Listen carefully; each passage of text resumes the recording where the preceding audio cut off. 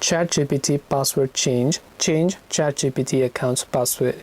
Hey everyone, welcome back to our channel. In this video we're going to learn how we can change our ChatGPT account password, so make sure to watch the video till the end. In order to change our ChatGPT account password, open up ChatGPT and you will see this type of interface, so go to the login button. Now first of all, enter your email address, then tap on continue. Now it will ask us to enter our password. Now if you want to change because maybe you don't remember your password, you can tap on forgot password button that you can find over here. Then it will ask us to reset our password by sending a code. So you can tap on continue option. Then after that, ChatGPT will send us an email that looks like this, where you can just tap on reset password button. Now when you tap on reset password option, it will take you to the new page where you can choose a new password without having to remember your old password.